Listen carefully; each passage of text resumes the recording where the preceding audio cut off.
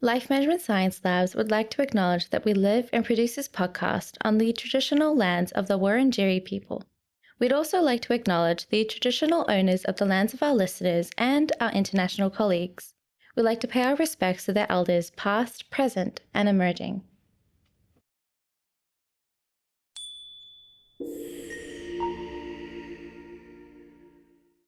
Hey everyone, and welcome to Raising Parents, the Parenting Science Insights podcast, produced by Ellen Massell, the Life Management Science Labs. We are champions of life management science, providing structured insights informed by science and inspired by practice on key aspects of conscious living. Each week, we bring you scientific and practical insights on each element with the expert knowledge of professionals in the field. I'm your host, Dina Sargent. Let's get started. Welcome back to the show. I'm Marie, usually the host of Self-Improvement Atlas and Reloscope, but I'll be taking over Dina today while she's away.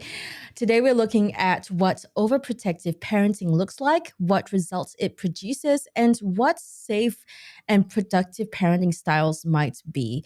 And to guide us through this conversation is Professor Emeritus of Psychiatry at the University of Tennessee Health Science Center, Dr. David Allen. He's also the author of a self-help book, Coping with Critical, Demanding, and Dysfunctional Parents, Powerful Strategies to Help Adult Children Be Assertive and Stay Sane, as well as How Dysfunctional Families Spur Mental Disorders, a balanced approach to resolve problems and reconcile relationships, along with 3 other books for psychotherapists. Hi, David. It's lovely having you on the show. Thanks for having me. I must say, I am a huge fan of your comprehensive book titles. I usually don't do them, but yeah, publishers like to do that. Now, before we get started, I'd love to know about what sparked your interest in dysfunctional parenting and family dynamics. So could you tell us a bit about that? Well, when I did my training in psychiatry back in the 70s, psychiatrists still did psychotherapy. Now they've kind of dropped it. Us old guys still do it, that are still in practice, but it sort of went to the lower cost psychologists, marriage and family counselors, and most of the therapists were analysts. But it was very important that we were taught that. And the first patient I had a condition which wasn't even in the book at the time, called borderline personality disorder. They were thought to be uncommon, and all of a sudden later on they became very common. And the story I always tell is she spent the first 2 or 3 sessions doing nothing but insulting me the whole time. She went to my supervisor and told him how inadequate I was, and I was ruining her. And the last therapist was a female; she was a goddess, but she wasn't really, because she left her and dumped her on me. And all of a sudden, I was like, "Why does anybody act like this?" So, and we weren't taught anything about family dynamics. The analysts were thinking everything happened in your head before you were 5, almost. That didn't make a whole lot of sense to me. So I got kind of turned off to doing therapy for a while. And then I started running into more of these patients. People, as I worked at a hospital for a while, people would cut and burn themselves in front of me. I had one small woman try to kill me. I wouldn't be here if I... And I'm wondering, she smashed the lamp on my desk and started coming after me. So I wrestled her to the floor, and finally the nurses got, why is anybody acting that way? I just had to figure it out. So I got involved in what they call the psychotherapy integration, because there's hundreds of different, quote, schools of thoughts about why people do self-destructive and self-defeating things. And a lot of people seem to think it's all a biological thing and genetic, and that's nonsense in a lot of the cases. And then a friend of mine introduced me to family systems therapy. And then the last family systems person I came was a fellow named Murray Bowen. He started talking about 3 generational models. And I started getting really interested in that. And then when I started finding out how the parents were treating these people, I sort of started to, no wonder you're acting that way. Again, if you don't know how to ask, they don't tell you, they don't volunteer. And the analyst never said to say, well, what does your mother think about this problem you have? Or what does your mother-in-law think about this problem you're having? Yeah. And then they started, because the people with borderline personality disorder are often accused of distorting everything, and they do. But they started bringing in tapes of parents they were talking to as adults when the parents didn't know they were being recorded on the phone. And I'm listening to this stuff, and the most amazing stuff starts to come out. And I did a lot of reading, and I started getting familiar with some historical and evolutionary psychological things that most people don't talk about, and also got very interested in something called groupthink, which is people all going along with the same ideas, even though there's evidence practically staring them in the face that the ideas are complete nonsense. There's a book called Willful Blindness, in fact, that talks about this in business, but it's definitely with your kin group. Yeah. So that's how I got interested, and then the overprotection thing has just been happening all around me since I was a kid. I grew up in the 50s, and when I grew up, all the mothers were still home because the feminist movement hadn't started yet. But all the kids are out playing. They walk to school. Now, if you let your kid walk to school, he'll come and arrest you. It got really crazy.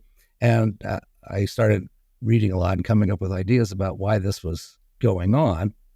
And there's a parenting columnist that I recommend named John Roseman, he doesn't go into the same reasons that I do, but he talks a lot about people trying to be buddies with their kids. And it used to be if school sent a note home saying your kid was acting out, the parents would get mad at the kid. Now they go and they yell at the teacher. I mean, you probably heard about that. Wow. What a story. What a story. So fascinating. And that's such a great preface to our topic for the day. But before we get further into detail, we'd love to get to know you better. This is Have You Met David? So my first question for you is, what is your favorite book? Well, I don't read a lot of fiction, so I've read a lot of things that got me going. The thing that kind of got me the historical view is a book that came out in the 40s called Escape from Freedom, where it talked about how there's been an evolution of human consciousness that from a sort of collectiveness, whether you didn't have any individuality, you weren't Joe Blow who happened to be a knight or a farmer or something. That was all you were. There was nothing to separate you from anything else. Everybody lived together in farms and stuff like that. And since the Industrial Revolution, that's been changing, and individuality has been sort of evolving out of this sort of collectivism. And this sets up what sociologists call cultural lag, where people don't keep up with the changes in the culture. They get stuck in the old rules. Yeah. And if you were to recommend this book to someone, what would your elevator pitch be? Or one-liner? Well, it's best selling points. Yeah, so again, if you'd be interested in this topic, but it's just if you're interested in history and how and a whole new way of looking at human thinking, I think that was just kind of clued me into that. Later absolutely. on, I found out that there were evolutionary psychologists that talked about something called kin selection, and it was politically incorrect. They weren't supposed to talk about it. Because it says that people kind of are willing to sacrifice under certain situations themselves for their kin group. Yeah. People go off to die in a war. Why would they do that? That doesn't help them reproduce and spread their genes. It doesn't work that way.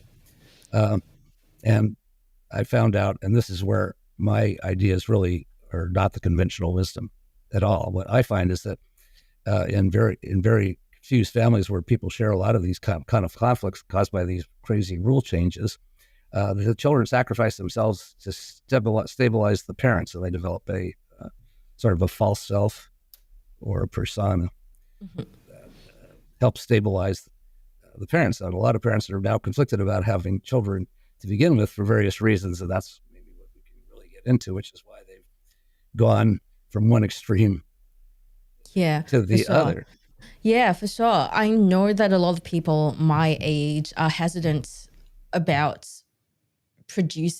reproducing for just the sole reason of what if I mess them up? Like that's too much pressure. And there's all these cultural things going on to feed into that from both the right and the left politically. On the right, there was a woman named Phyllis Schlafly. You may have heard of her. That she was the one that fought against the Equal Rights Amendment, and she was going on about how you're going to ruin your children because you're not there with them 24 hours a day because you're at the job. And then on the other hand, you have the feminists saying, stay-at-home mothers are sort of lesser beings that aren't worth much. Yeah. And people are in the middle of this, and unfortunately, women still have the main responsibility. Completely. And taking care of children. Yeah. And there's also from what my friends say, well, there are some disorders that are genetic as well, and a lot of us are hesitant to reproduce for that very reason of like what, like I'm just going to reproduce to produce this child who didn't ask to come into this world and now has a genetic disorder like autism or ADHD or something like that. And I didn't want to be here. I don't think I'm gonna do that to someone either. So there's so many different reasons why people are Well, hesitant to reproduce. well, sure, but there is some risk of autism. I think the ADHD is kind of a crock in a lot of ways. For most kids, there's some they used to call it minimal brain dysfunction, people have dyslexia and things like that. But there's all kinds of environmental reasons why kids act out and don't pay attention, and the studies don't even control for any of them, not any of them. If it comes from a traumatic background, or there's family discord or alcoholism in the family, and a lot of them are sleep deprived because their parents let them stay up half the night playing video games. Sure. I feel like there's so much to be discussed here, but before we get sidetracked. Oh, okay. Sorry. No, I'm sorry. I should, but my second question for you is, what movie have you enjoyed recently? I went to see Killers of the Flower Moon. That was, again, I was, if you're interested in history, that tribalism, and you can see how obviously the Native Americans were treated, even in areas where it seemed like they got along with the whites. There was a lot of stuff going on in the background, and I hadn't heard a lot about a lot of this stuff. So it was really long, but yet it wasn't slow. It really kept. It sounds really eye-opening. Going. It sounds really eye-opening. Are there any podcasts that you're listening to at the moment? I listen to pieces of podcasts, but I'm not really stuck on any one. What kinds of podcasts do you listen to? Mostly sort of political and social cultural. And again, there's a lot of debate going on about cultural issues. With the two extremes. That you got to say, you got to agree with everything people say, or you're traumatizing them, which I think is kind of nonsense. And on the other hand, you can't discuss real history. You've got to whitewash it. So again, that's all tied in with groupthink. I co-edited a book called Groupthink in Science. It came out a couple of years ago, and so that's all kind of part of completely what's going on here. Yeah, it sounds like a lot of the media that you consume are incredibly thought-provoking. Is there any kind of media that you consume just to relax a bit? Oh, gee, well, I watch a lot of movies. What kind of movies get you to relax? Well, I like dramas. I don't know. I guess I'm not. Comedies have kind of gone downhill lately. I don't know. I always liked drama. I grew up in within a few miles of 4 movie studios, so I've always handicapped the Oscars every year and see all the major nominees. Oh, are you living in LA? Well, that's where I'm from. Now I'm in a suburb of Memphis. Ah, cool. Do you miss LA at all? Well, we go back a lot, but it's one of the reasons we left. I mostly did it to get an academic job, but it's got so crowded. I mean, everybody moved there. Yeah, for sure. I feel like everyone's moving there. I knew someone here in Melbourne who just moved to LA. Yeah. That's crazy. Like, why is everyone moving there? Yeah, the traffic and it was always bad, but now it's you can barely move. When you go there. Yeah. So do you have a role model in life, be in personal life or professional life? Well, again, some of the theorists that I read have been kind of that guy Murray Bowen that I mentioned. My model that I developed for doing therapy for people with severe self-destructive behavior is modeled after his, although it's actually modeled after a criticism of his. He was the one that looked at 3 generational models, but then when he sent people back to renegotiate things with their families, he taught them to use kind of tricks that other therapists use instead of discussing how do we get here and how do we get past everybody's defenses and defensiveness and solve the problem, because people are scared to death to talk about this stuff.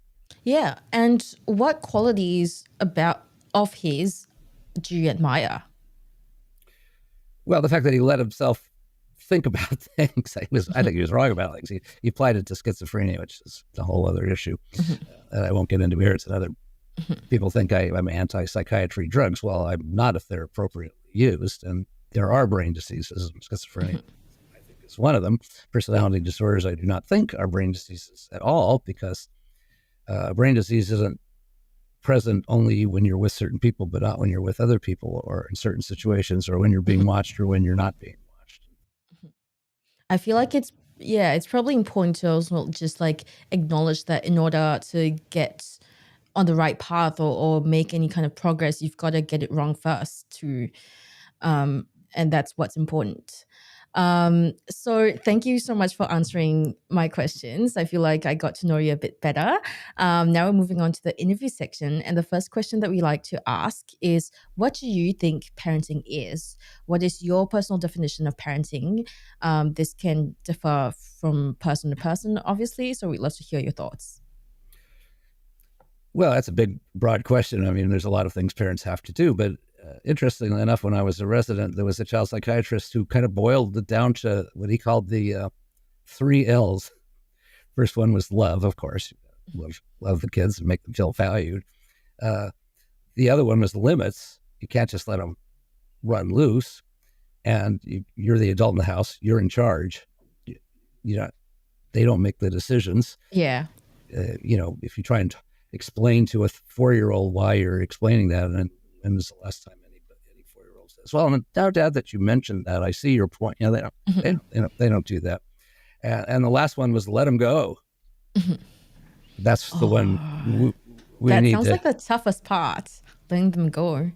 let them go. But you've got to the point where the parents think they've got to protect their children from everything, and that is the worst thing you can do for a kid, because it gives the message, "I need to protect you." And again, I view it as they're good. Not that they don't learn how to stand up for themselves. They could, because as one comedian once said, they don't live in a cave and don't get cable, so they can see what other people are doing. So it's not that they don't know how to do it, really, but they get the message that they're not supposed to, because the parent is going to fall apart if they can't parent. And then the parent feels guilt. And when it gets really severe, then the parents are also angry with them at the same time. So it's like, I need you and I hate you. That's what's sort of behind borderline personality disorder. What I've seen is parents are very, very conflicted over having children to begin with. Yeah. Especially when they're hearing all these negative stuff about it. Yeah. And so what do you think expectant parents need to be aware of in transition to parenthood? Well, again, it's a broad question. Obviously babies are a whole different ball of wax. Yeah. You kind of do a lot more. The first child is tough because they're up all night. You're up all night. You're not used to it. You don't know what to do if they start crying. How many times you should go back in and all that. So, but hopefully you can talk to. But there are parenting classes. It's stressing that word parenting. Yeah. It used to be raising children. Now it's parenting.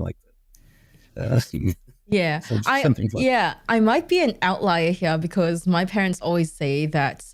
So I'm the first child, and they always say that I was the easiest one to deal with. I think your parents were lucky. Yeah, I think they were just lucky because I just slept a lot. Just never talked, never did anything, and slept a lot. So, got lucky there for them. So tell us a bit more about what expectant parents need to consider. Well, again, what are you going to, first of all, they've got to be on the same page with parenting or raising children. If they have a major disagreement about how they're going to relate to the kid, that's going to be bad. The kid's going to pick up on it eventually, and they're going to set one parent off against the other. Yeah, and it's also going to be confusing for the child. I imagine if like one parents this way and the other parent does it a completely different way. Or one undermines the other was, oh, your mom said you can't. Oh yeah, go ahead. You can do it. Yeah. And then in the child's mind, it's like, oh, mommy's great, daddy's awful, or something like that. Yeah, right, exactly. Yeah. But they don't know. Sometimes it changes. There was a whole family systems paradigm about what they call cross-generational boundaries, like mom and sis would gang up against dad and bro and stuff like that. This guy, Salvador Minuchin, one of the family systems pioneers, talked a lot about that. And that was, for him, the hallmark of a dysfunctional family. I think it's one of the hallmarks. So to start off, can you define what overprotective parenting is and how it differs from being a caring and attentive parent? Well, you got to let the kid learn how to do things. It's interesting that people don't remember their kids yelling, "I want to do it myself." They all do that, but it's like parents seem to think that they shouldn't have to do anything that, so they want to take over everything and protect them from everything that you can't protect them from everything that happens. Let them cry once in a while. A baby, yeah, you can't just let them cry forever. But I knew a couple where when their kid was 2 or 3, they would drive him around for 3 or 4 hours a night until he fell asleep, instead of Oh, just putting him in wow. bed, letting him cry. Yeah. Not good. Yeah. So you have to balance, taking, looking and seeing if they're in actual distress that you really do need to, something like they're sick or something like that. Yeah. But if they're just like fighting with a sibling, you stay out of it unless it gets physical. Then you have to. But if you try to talk between the two of them to settle it, then they don't learn how to get along. They all come on you to settle everything. So roughly at what point in the child's life do parents need to be more aware of this potential overprotective parenting that they are establishing? Well, it gradually, as the kid gets older, but certainly by the time they get the kids at school, it's really time to back off. Like, a lot of people with so-called school phobia, it's really the parents that are afraid to leave the kid, believe it or not. The kid cries and the parents stick around. If the parents say, well, you'll stop crying, and they leave, then the kids stop crying and nothing ever happens. They're fine. Oh yeah, for sure. For sure. I have a core memory about this, something similar, where like during kindergarten, I used to cry when my parents would leave me, but I cried for a while because I knew they'd stick around if I cried longer. But the moments they left for a while and I knew they were gone, I was like, all right, I can't do anything anymore. Like, and I just shut up and kind of like suck it up. Well, it's things like that and they're very common. The parents are, and like I said, they're defending the kids when the teacher says they're acting out and blaming the teacher, and you just can't do something. Let me see if I have any. The most important relationship in the house is not between the parents and the children; it's between the parents. If that's not the most important relationship in the house, you're gonna have problems with the kid. Could you elaborate on that? Well, if the parents need a break and they have some way of arranging for childcare, it's okay. They can do it. Avoiding each other because they're ferrying the kids to every kind of soccer practice and 5,000 other events and stuff like that. That's not good for the marriage. Yeah, it's a matter of balance. It's not all the needs of the individual versus the needs of the group. It's a balance between the two, and that's what's key, is to have some kind of happy medium where you're not totally sacrificing everything you want because you think your kids need it. They don't. In fact, if you do that, they're going to start doing the wrong thing. An example I like to give of this sort of thing. Sometimes you hear teenagers yelling at their father who's always lecturing them. Why do I have to listen to this? And you think, well, you don't. All you have to do is do what you're told, and then you wouldn't have to lecture. Yeah. But the kid is leaving out part of the sentence.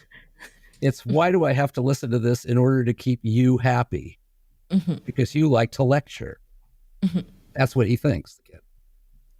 If you are constantly taking your kid's room apart looking for alcohol or drugs, the odds that they're going to use alcohol or drugs is going to go up because they think you want to find it. Because you keep looking for it. Yeah, they're just going to find more ways to hide it and to sneak around. Okay, but they'll leave it so it will be found eventually. Oh, they will? Yeah, it's like people that hide bottles, the alcoholics that hide bottles. They're always found. Interesting. Another joke I stole is that the reason we don't have any good animal models for alcoholism is because they can't find any rats that hide the bottles. It's just that you just can't. Yeah. So there's a lot of this behavior is a lot more purposeful than, I mean, it's done automatically and without thinking. So it's subconscious, but it really is, people know what they're doing at some level. So potentially, what are the motivations of overprotective parents? Well, I think the biggest one is guilt. Okay. And this is hard because it's been going on for it's been developing over several generations, and it has to do with gender roles. And again, I'm not saying that it's not a good thing that women can now do a lot of things that they weren't able to do before. I think that's great.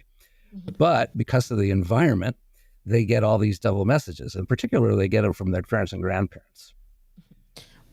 I call this sort of the Rosie the Riveter phenomenon. What happened before, not too long before World War II, most people were living in farms. The more children you had, the richer you were, because they were your farm help. And only women could have babies, and there was a high infant mortality rate. So it made sense for them to be home and have, I hate feminists probably kill me for saying this, but it made some sense for them to be home and having a lot of babies. Well, gradually everybody started moving to cities where that wasn't the case, and there were schools and daycare centers and microwave ovens and all kinds of other things that were kind of. But then World War II broke out, and that may seem like a long time ago, but it's my parents' generation. Okay. Yeah. And because all the men went to war, there was this Rosie the Riveter where all the women took these jobs, and they found they really liked having the camaraderie and all the praise they got, and they liked having a career. But then World War II ended, and all the men came home. Well, what happened? There were literally, and I've seen them, government propaganda films that said, "Nice job, girls, but it's time to go back and get barefoot and pregnant again." Ooh. I am not kidding. That was the message, and that's why I'm here. That was the baby boom generation. Well, guess when the baby boom generation grew up? In the 60s. Well, what happened in the 60s? The feminist movement.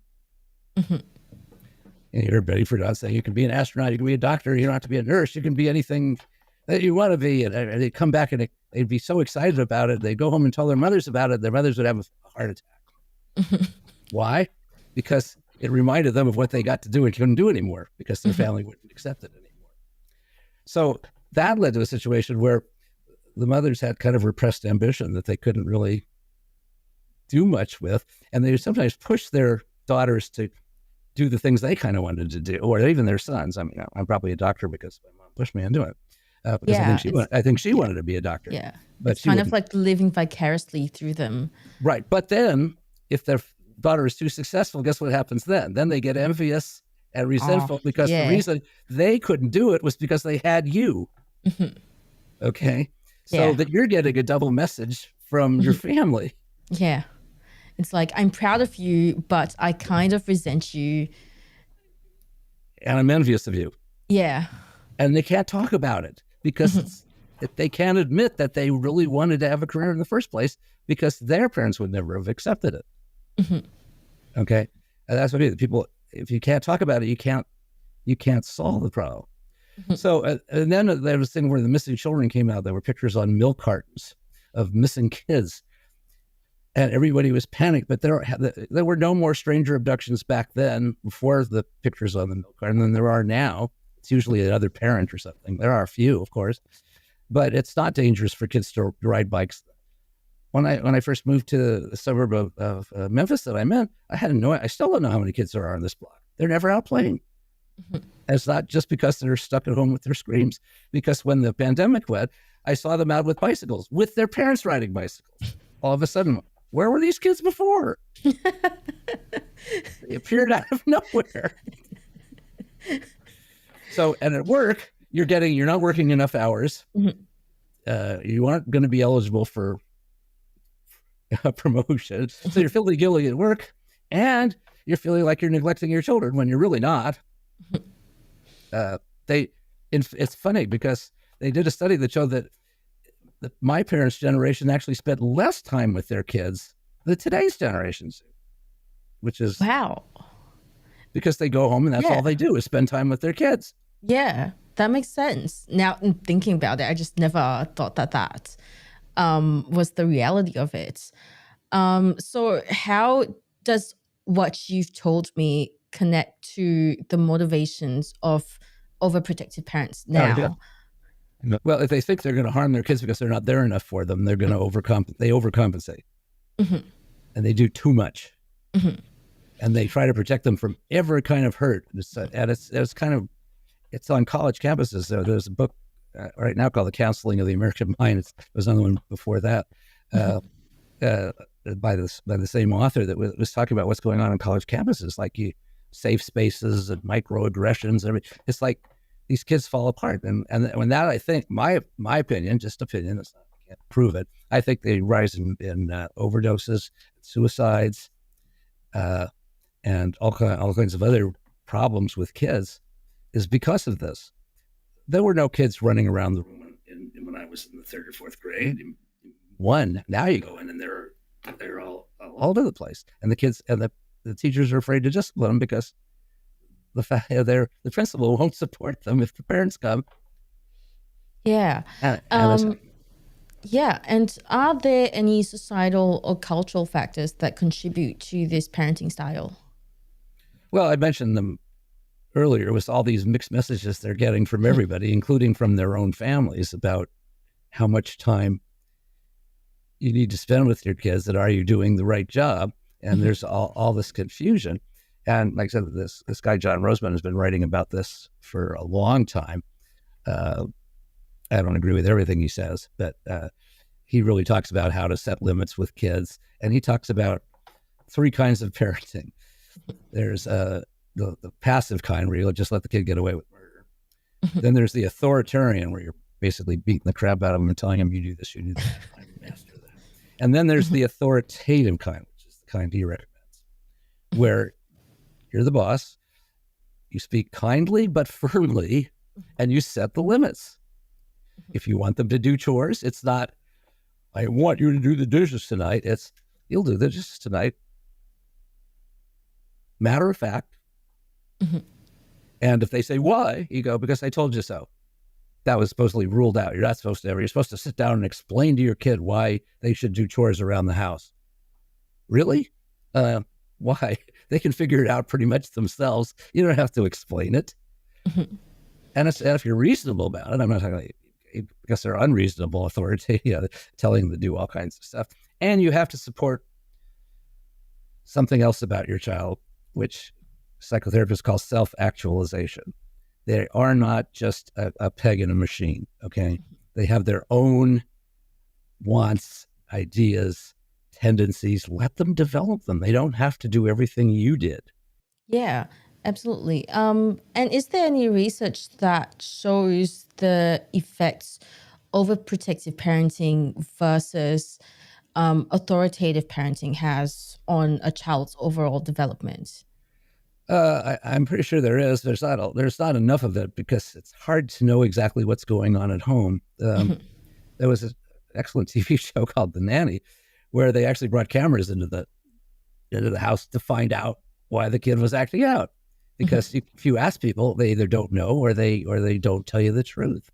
So you put cameras in the house, and then you can see what's going on. It's like me listening to those phone calls from my patients. Yeah.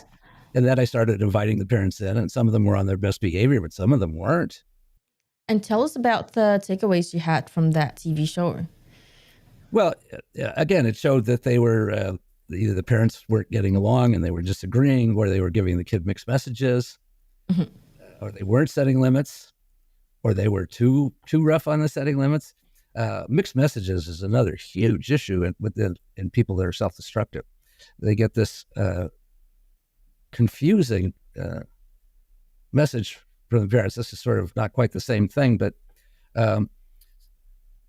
say your mother's always compulsively cleaning the house and while complaining that nobody helps her. But then if you try to help her, it's never done right. It's never good enough. Well, how do you make her happy? Yeah. Well, one way to do it is you make more of a mess. Why? Well, because then she gets to clean the house, which is obviously what she wants to do. Plus, she can be mad at you. Now she's got a reason to be mad at it. You just have to feel bad about it. Either that, or you might not even try. Or, well, you wouldn't try. I mean, yeah. Because why? Why bother? Yeah, completely. Okay, that's Yeah. sort of a minor issue, but if it's over a major issue, like if your mom's constantly after you to get married, say, when are you going to have when are you going to have grandchildren, blah, blah, blah. But she's also always talking about what jerks all men are, including your father. Okay, how do you, so how do you solve Yeah. that? You What go you out want with, me to do? you go out with a series of jerks Yeah. because you're doing what your mom's telling you Yeah. and you're proving your point. So, okay, but those are extreme examples, but there are a lot more milder examples where kids you're getting a double message like, well, don't do that. Heaven forbid you should want to be you don't want to be a lawyer, or you want to be a forest ranger or something. And have that. So, what are the specific situations or contexts in which overprotective parenting can be more prevalent or problematic? Well, it's pretty much a constant thing. That's the problem. It's getting worse rather than better. I'm not sure exactly what I haven't what other kind of context besides what I mentioned. For example, like in what area would overprotective parenting result in disruptive behavior from the child on the child's part, or would result in a child having emotional attachment issues, for example? Well, it again, if it's a single message, it's going to result in low self-esteem. Like nobody thinks I can do anything, and then I'm a snowflake, basically. Use a political term again. You get it, that you can't tolerate, and that's what the colleges are talking about with the safe spaces, and people can't come in and they use the wrong word accidentally. They get kids traumatized. They are writing up complaints and everything. It's really it's getting, so that's one situation. If it's a mixed message, then you could end up with somebody with a bit major personality disorder, is very self-destructive. And with regards to the parent-child relationship and how overprotective parenting can have a huge effect on that relationship, how can those dynamics strain or alter the relationship over time? What are some of the possibilities? For example, would the child end up resenting their parents or just trying to seek that validation from somewhere else? Sometimes, but usually, again, they don't really get it. This gets into family dynamics again. You tend to pick a mate with the sort of the same issues that your family has, because you're familiar with it. It's comfortable. Again, I use extreme examples to illustrate the point. But what about there's women that marry one alcoholic after another, and you go, well, what's going on there? Well, where do they meet them? Well, bars, of course. But I met my wife in a bar, and neither of us are alcoholics. But it's like gaydars, I guess, from across they find each other. And the families can be one extreme or the other. Like I use myself as an example. In my family, nobody swore ever, and if you did, it was and my wife's family, it was the opposite. They all swore like sailors and everything like that. But she didn't, and I did. So it was kind of a strange. But it's the same. It's two sides of the same conflict coin. Yeah, the two sides of the same coin, and you can be at either side. And if you go back and forth, it can be a real mixed. Again, happy mediums. Yeah, you should be able to get angry without thinking that you're a sinner is going to be God's going to hate or something like that. Sometimes and what do you do with the anger? Just people think that they have to act it out. Well, you can be angry and use it constructively. You don't have to.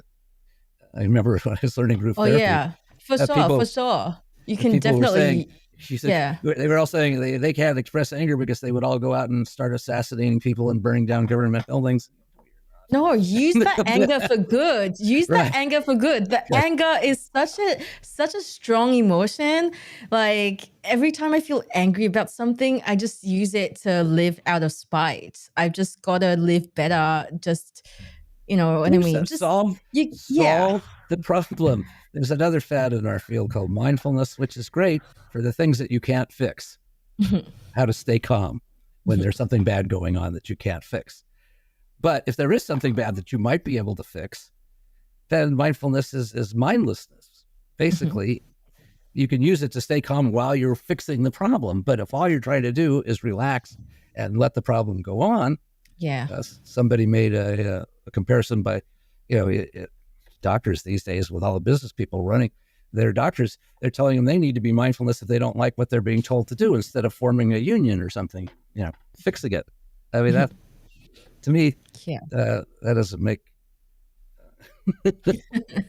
Mindfulness is mindlessness. I mindless. love that quote. Yeah, I love that quote. Not all of it. Not all. It can be. It's Yeah. useful for things you can't do anything about. Right. Then you want to stay relaxed. But where's that line?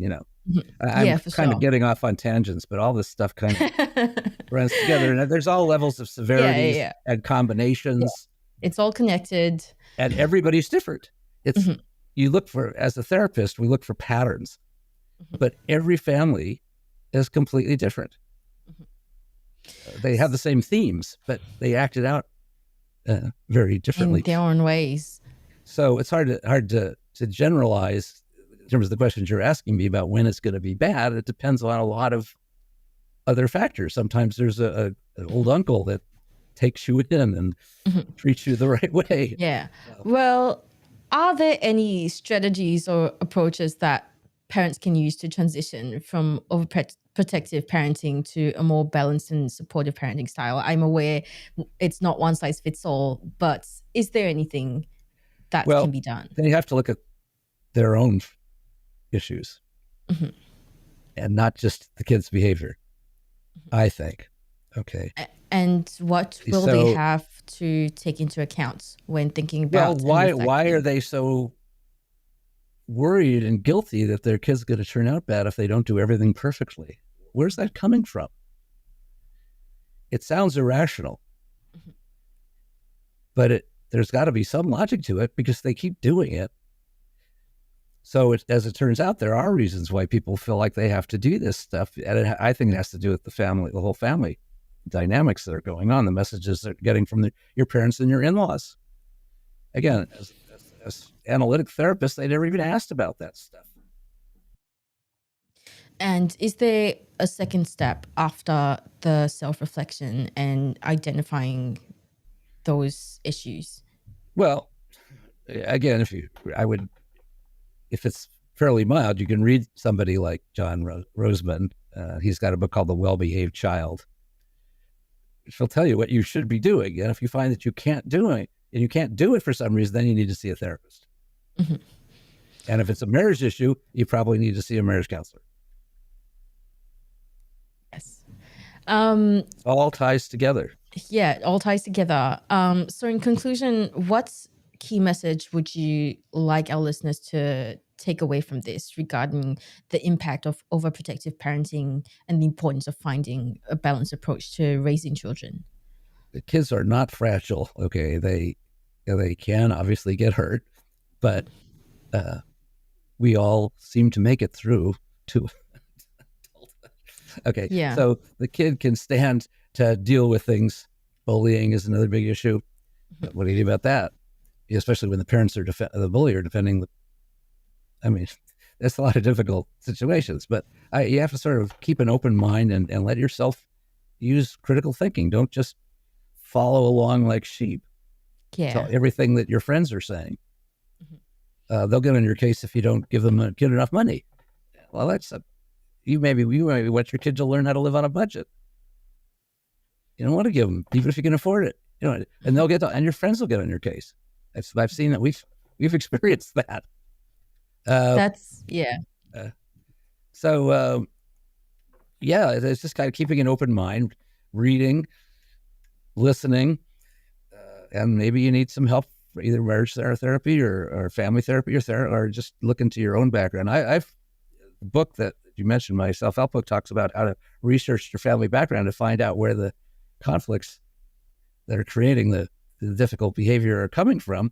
Because in order to talk about it, you got to get past people's defenses, and people are extremely defensive. So you have to be empathic to somebody that you may feel like they're kind of kicking you in the knee, and it's pretty hard to be empathic with somebody when they're doing that. Not sympathetic. I distinguish between sympathy and empathy. Sympathy is I can understand why you felt like you had to do that, but it wasn't the right thing to do. Sympathy was not only was it, I understand it, but it was the right thing to do. Like child abuse.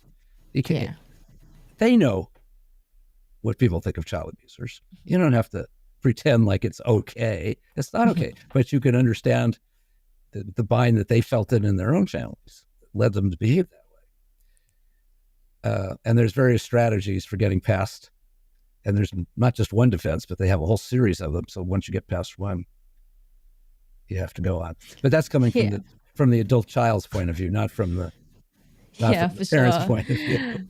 For sure. That's we'll link that book in and all the other books in our show notes below. So thank you for answering our questions. I feel like we got to have a really detailed conversation about this. Now we're moving on to the open mic section, and this is your opportunity to talk about whatever you're passionate about that doesn't have to be related to the topic. So the floor is yours. Take it away. All right. Well, I've become kind of a critic of the mental health field because everything's all in your head now. It's got nothing to do with your interpersonal relationships. I think you can tell from listening to what I've talked to now, it's everything to do with your personal relationship. Yes, genes affect your behavior. But one of the things genes cause you to do is to be extremely sensitive to your parents' behavior. When babies and mothers are interacting, there are literally 700 connections between nerves in the brain formed every second. Okay. So we come into the world not knowing anything about how the universe operates. So you learn that from your parents, and they have a very strong influence on you. And even if you think you're rebelling, you're probably rebelling because you think they need a rebel. They need a black sheep, and you're volunteering, but you've got to fail at it to show that, the things that they kind of lived through you to feel it. It's a bad idea. You shouldn't do that.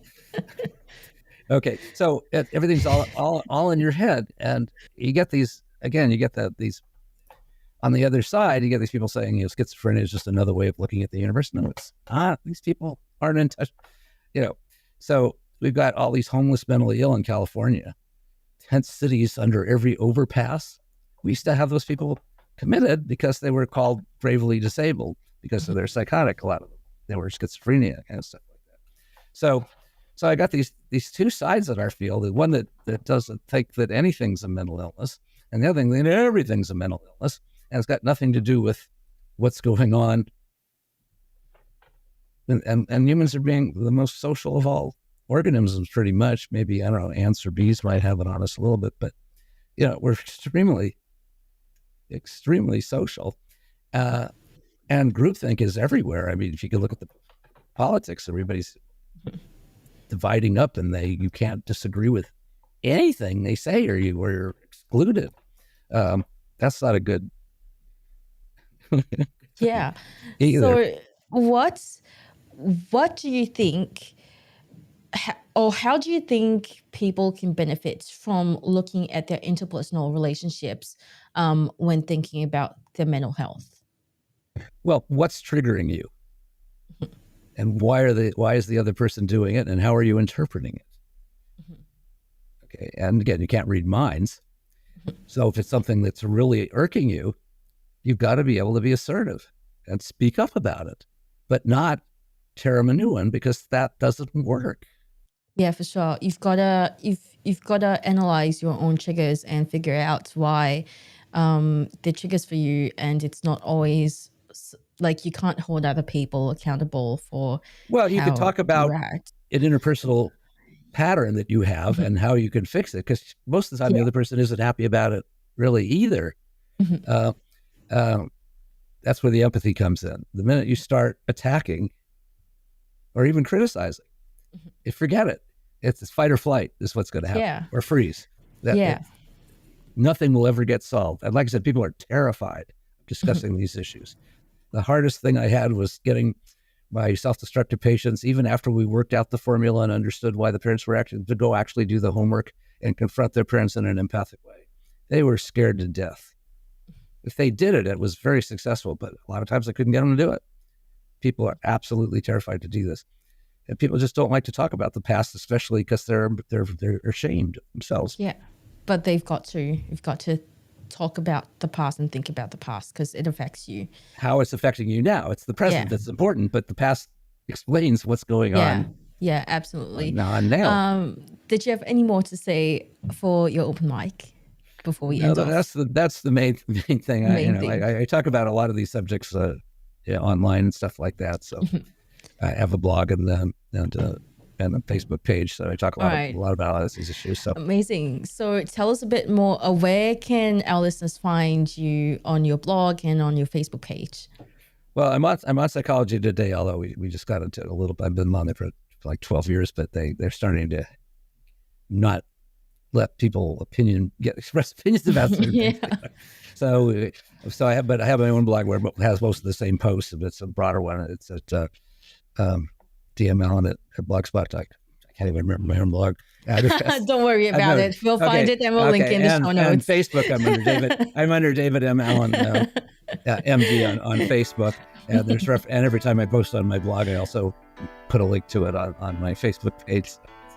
All right, that's great. Thank you so much, David, for joining us today. We'll link in the show notes. Thank you, everyone, for tuning in, and we'll catch you in the next episode. Thanks again for having me. You've been listening to Raising Parents, the Parenting Science Insights podcast, produced by the Parenting Science Labs, a division of LMSL, the Life Management Science Labs. More episodes are available from 10 life management perspectives and can be found by searching LMSL on Apple Podcasts, Google Podcasts, Spotify, and other podcasting apps available on your devices. If you enjoyed this episode, please consider rating our show, sharing it, and subscribing to our channel, as it helps other people find it so that we can grow and bring you more quality resources. More of our work can be found on our website at pa.lmsl.net, where you can join our movement. I'm Dina Sargent. Thanks for tuning in.